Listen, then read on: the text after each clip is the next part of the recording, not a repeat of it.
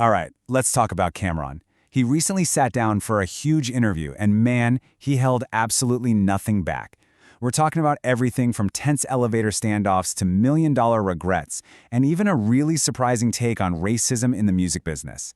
So let's dive into some of the most unfiltered stories he shared. First up, we gotta get into a story that puts you right in the middle of this awkward, tense, and kind of musical moment. The question on the table was pretty simple. What really went down between you and Trey Songz in that elevator? So this all goes down in Miami, and it has all the makings of a classic hip-hop story, right? You've got a super confined space, two massive personalities, and a situation that one of them saw as a major sign of disrespect. Okay, so just picture this. Cameron gets into an elevator. He's with his girlfriend at the time, who he describes as, and I quote, bad.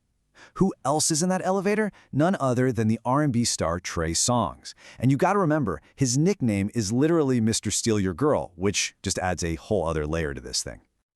And this is where it gets wild. According to Cam, Trey Songz doesn't just hum a little tune, he starts full-on harmonizing. His voice is just bouncing off the elevator walls. Cam felt like the whole serenade was aimed directly at his girlfriend, and in his words, it was just unnecessary and totally inappropriate. So what do? How does a legendary lyricist handle what he feels is a flagrant foul? Well, he doesn't get physical. No, he uses his own art. He just starts spinning bars, spitting these aggressive lines right back at him just to make it crystal clear that this was not the time or the place. Okay, so that first story was all about perception in a single moment. This next one? Well, this is about how perception, or maybe a lack of it, can totally change your career.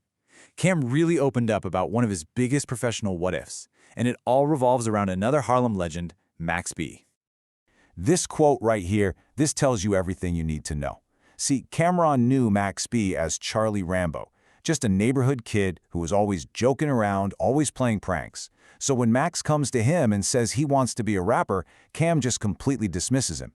He couldn't see the artist because he was stuck on the jokester he grew up with. And this slide just breaks down that critical difference. On one side, you have Cameron, who is just too close to it all. He saw the kid he knew. But on the other side, you have his fellow diplomat, Jim Jones. Jim had what Cam calls an outside vision.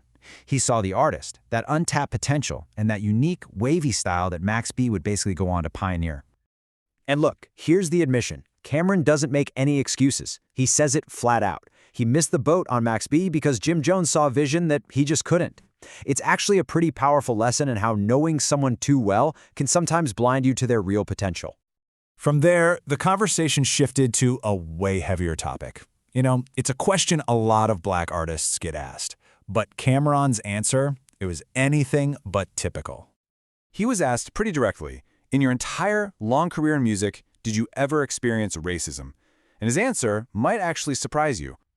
So Cam's initial take is purely about business. He's basically arguing that from the perspective of the big record labels and distributors, being racist would have been financially stupid. Why? Because in the era he was coming up, black artists and hip-hop were the ones making them all the money. It just would have been bad for the bottom line. But, and this is so important, this is where the nuance comes in. He makes a really clear distinction. On the corporate business side of the music industry, he says no. But on the road, traveling across the country to do shows, absolutely. He talks about having to drive with both hands on the wheel, just looking straight ahead to get through certain racist towns on the way to a gig. And for the last part of this, the conversation turned to reflection. We got this really rare look back from a certified legend, talking about some of the big collaborations that, for whatever reason, just got away. He's quick to point out that he's still making moves, still making history, so he doesn't really spend a lot of time looking in the rearview mirror. But when he was pressed, he did admit to a couple of features that he really wishes he hadn't missed out on.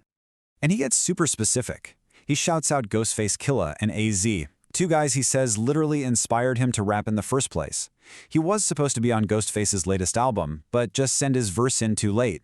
And for AZ, he was just completely swamped with his TV show and couldn't get the feature done.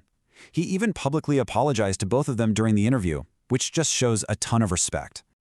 And all of this kind of leaves us with a final thought, right? We tend to think of legacies as these things that are set in stone. But it's these stories, the ones between the hit records, the elevator standoffs, the missed opportunities, the honest reflections that really color them in. It makes you wonder, when a legend reflects on what could have been, how does that actually reshape the legacy they've already built?